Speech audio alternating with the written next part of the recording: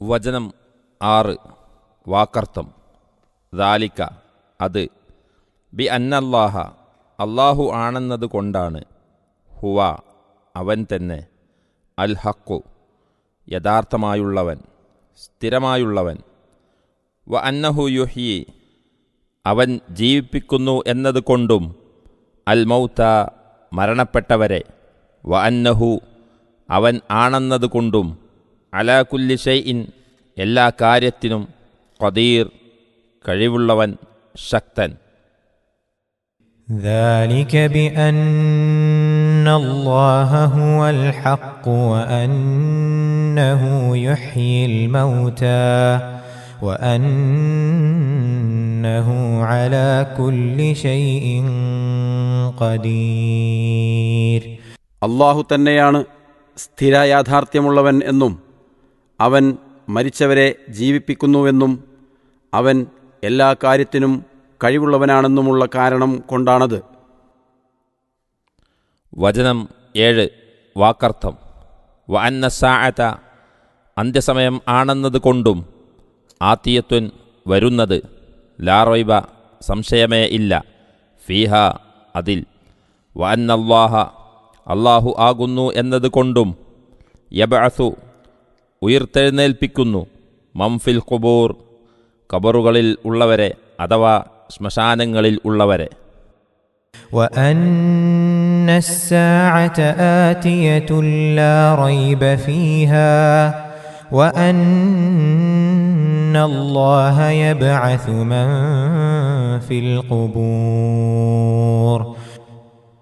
നിശ്ചയമായും അന്ത്യസമയം വരുന്നതാണ്, അതിൽ യാതൊരു സംശയവുമില്ല എന്നും അല്ലാഹു ഖബറുകളിൽ ഉള്ളവരെ ഉയിർത്തെഴുന്നേൽപ്പിക്കുന്നതാണെന്നും ഉള്ളതുകൊണ്ടും ആകുന്നു.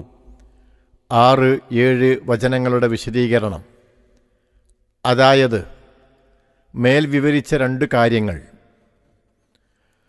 മനുഷ്യൻ്റെ ഉത്ഭവം മുതൽ മരണം വരെയുള്ള സ്ഥിതിയും സസ്യലതാദികളുടെ ഉൽപ്പാദനവും ആലോചിച്ചു നോക്കിയാൽ ഇത്രയും സംഗതികൾ ശരിക്കും ബോധ്യമാകും. 1. ഇങ്ങനെയെല്ലാം പ്രവർത്തിച്ചു നിയന്ത്രിച്ചു വരുന്ന മഹാശക്തി അല്ലാഹുവല്ലാതെ മറ്റാരുമല്ല. യഥാർത്ഥ ദൈവവും സ്ഥിരമായി നിലകൊള്ളുന്നവനും അവൻ മാത്രമാണ്. അന്നല്ലാഹ ഹുവൽ ഹഖ്, മറ്റുള്ളതെല്ലാം അസ്ഥിരവും നാശമടയുന്നതുമാകുന്നു. 2.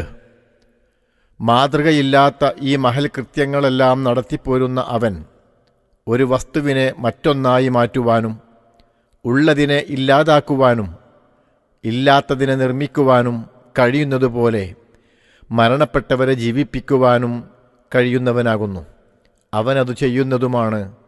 വ അന്നഹു യുഹ്യിൽ മൗത. മാത്രമല്ല, 3. അവൻ ഉദ്ദേശിക്കുന്ന ഏത് കാര്യത്തിനും അവന് കഴിവുണ്ട്. അതു നടപ്പിലാക്കുവാൻ അവന് ഒട്ടും പ്രയാസമില്ല. വ അന്നഹു അലാ കുല്ലി ഷൈഇൻ ഖദീർ. അതുപോലെ തന്നെ മനുഷ്യനും സസ്യവർഗങ്ങളും മാത്രമല്ല, ഈ ഭൂമിയിലുള്ളതെല്ലാം തന്നെ നിത്യേന വന്നും പോയും ഉത്ഭവിച്ചും നശിച്ചും കൊണ്ടിരിക്കുകയാണ്. അപ്പോൾ ഈ ലോകം തന്നെ ഒരിക്കൽ നശിച്ചു പോകും. 4.